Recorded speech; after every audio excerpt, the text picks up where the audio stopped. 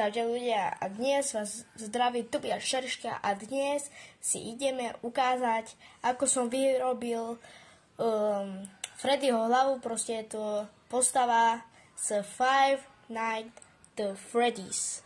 Takže poďme to kúknuť. 3, zatvoržte si oči. 2, 1. Toto je Freddyho hlava.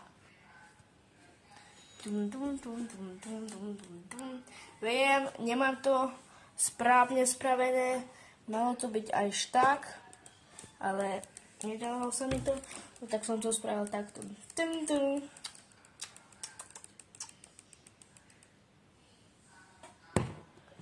Proste vidíte tam čiernotu, zuby tam sú, takže je to z kartóna.